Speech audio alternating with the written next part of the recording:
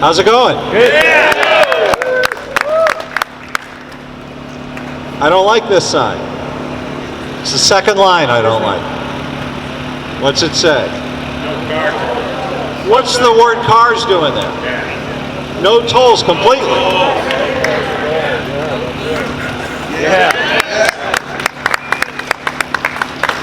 I want to, the kids from Bristol, can you guys come up here for a sec? Come on, don't be bashful. Look at these guys.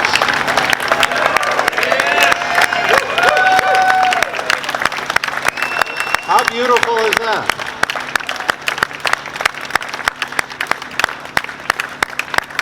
Who says kids these days?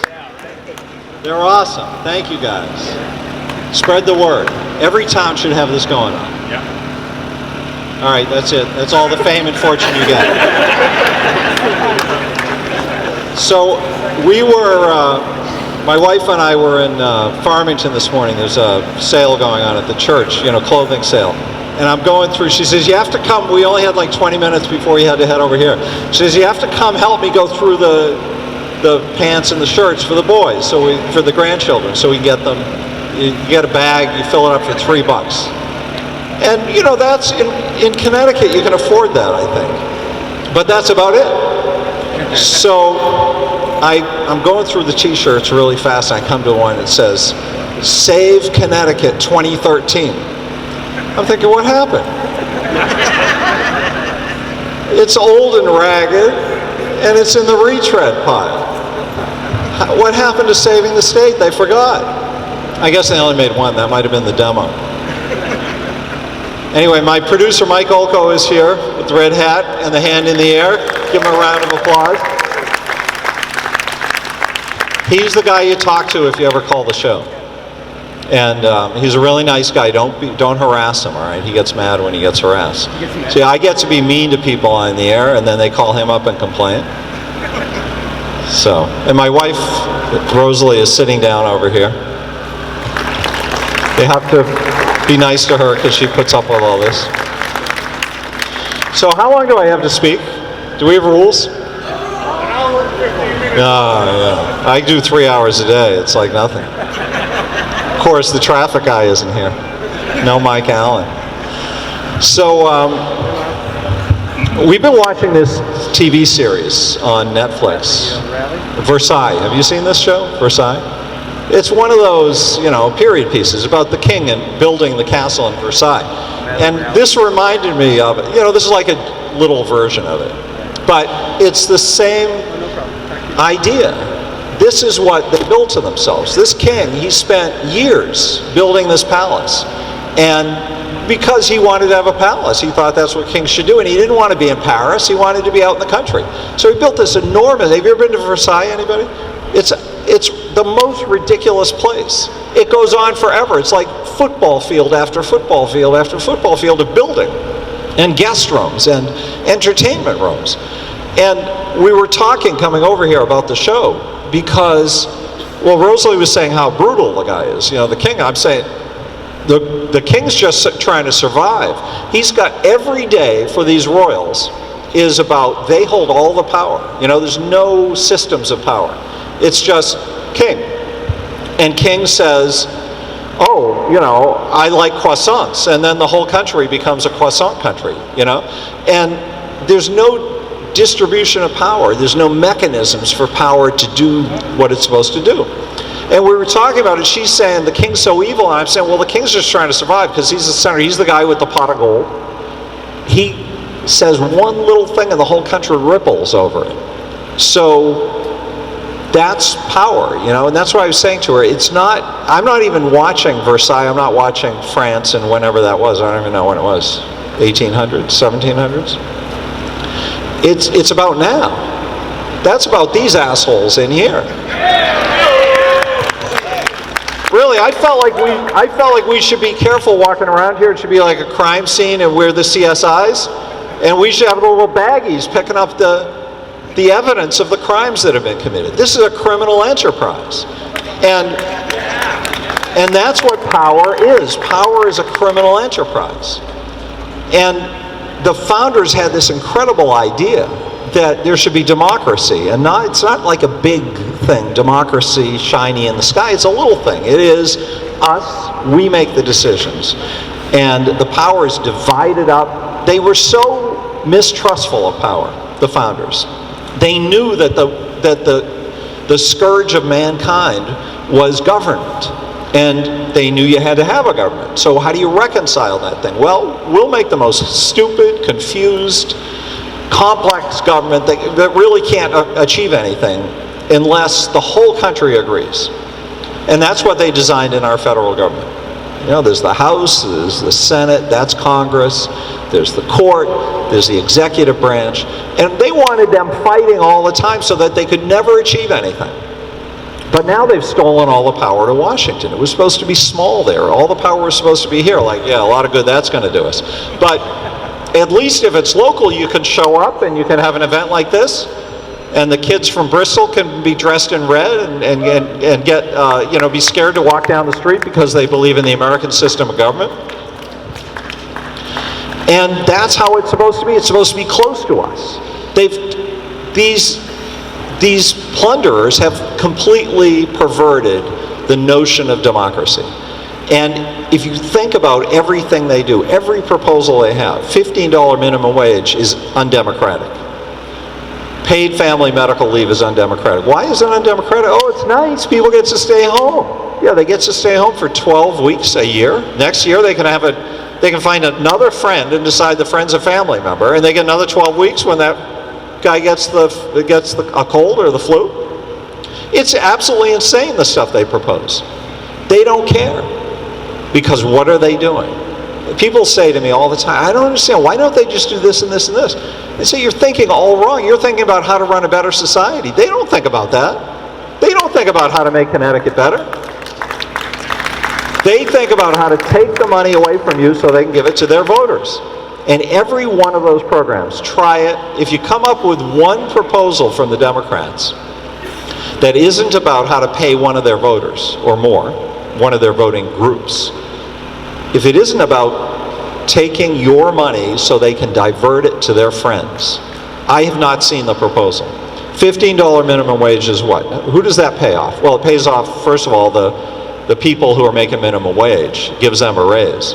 Then it gives everybody above them a raise, and it makes the whole society more expensive. That's great for them. Then all the unions get automatic bumps in their pay. So all of their friends are thrilled.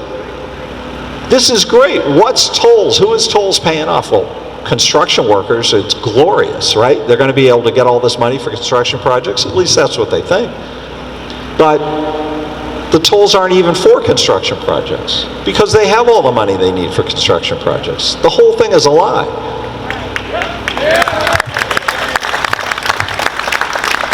The purpose of that money is to pay the bill for all the other shenanigans that they do here, especially for the unions. They've sold not just the soul, but they've sold the material wealth of the state. There's $100 billion debt potentially. And they just flittered that money away. It's been wasted. It wouldn't be so bad to have squandered $100 billion if there was something to show for it, if there was some beautiful park, if there was great infrastructure in the state, because that stuff returns money back, because you can drive faster, there's more efficiencies, companies will be willing to come here. There is one tiny shred of truth in Ned's pitch on tolls, that if there was better infrastructure, the companies might be here, but that's not the purpose in the tolls, because it's too late now. You put in tolls, it takes 4 or 5 years, maybe in 10 years a company might move here, a lot of good that does us. But the point is, nobody can afford the tolls. Taxed enough already doesn't work anymore. We had to shut down the Tea Party because it's taxed too much a long time ago. And I don't know how anybody's going to survive it, and I don't know why there aren't 50,000 people here today to protest the insanity of what's going on.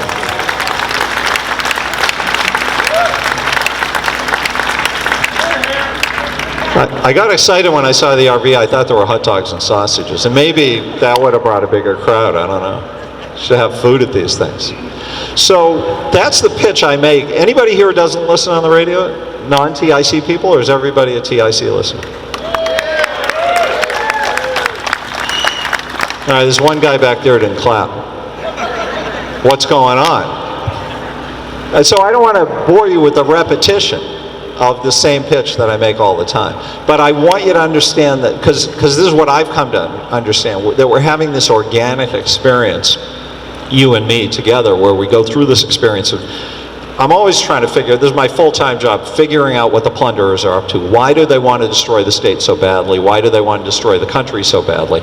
And I think now I've got to figure it out. It's been a long haul. I've been doing this for like 20 plus years. It's a long haul to imagine elected officials not caring at all about what they do to the state. But I can't come to another conclusion right now. I would be derelict.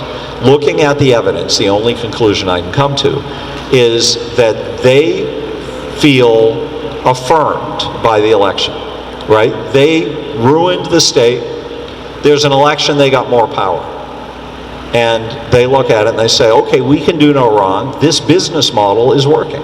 And anybody would do this with a business, right? If you have a hardware store and you suddenly decide to start selling chickens, and there's a line at the door for chickens, what are you going to do? You get rid of all the tools and you just fill the place with chickens. That's what they've done.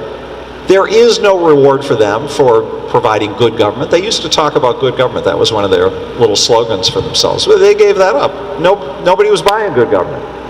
But if they're buying pay to play, they're buying the idea, I vote for you and you give me something. And that's working really well for the Democrats. So their response to the election appears irrational from the outside, but it's not. It's very rational. We win elections by taking money from the people who go to work and giving it to the people who don't, or giving it to the people who are underemployed, or giving it to the people who belong to the special interest unions. And one of my big projects is normalizing this language. I want everybody to walk around talking like this.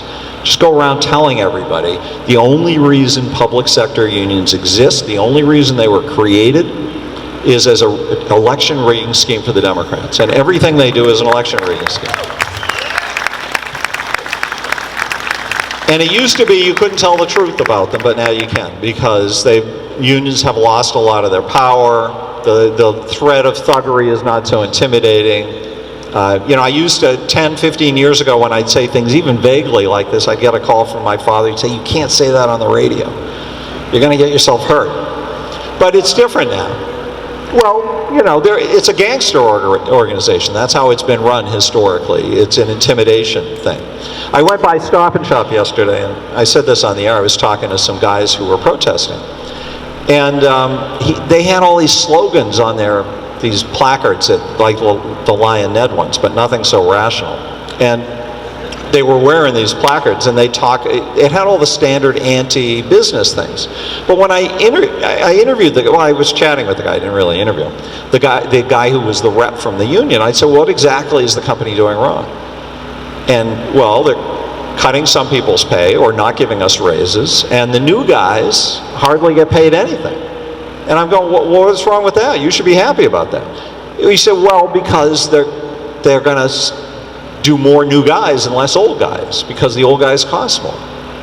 And what else? And they cut our insurance benefits. Each year the insurance benefits get worse.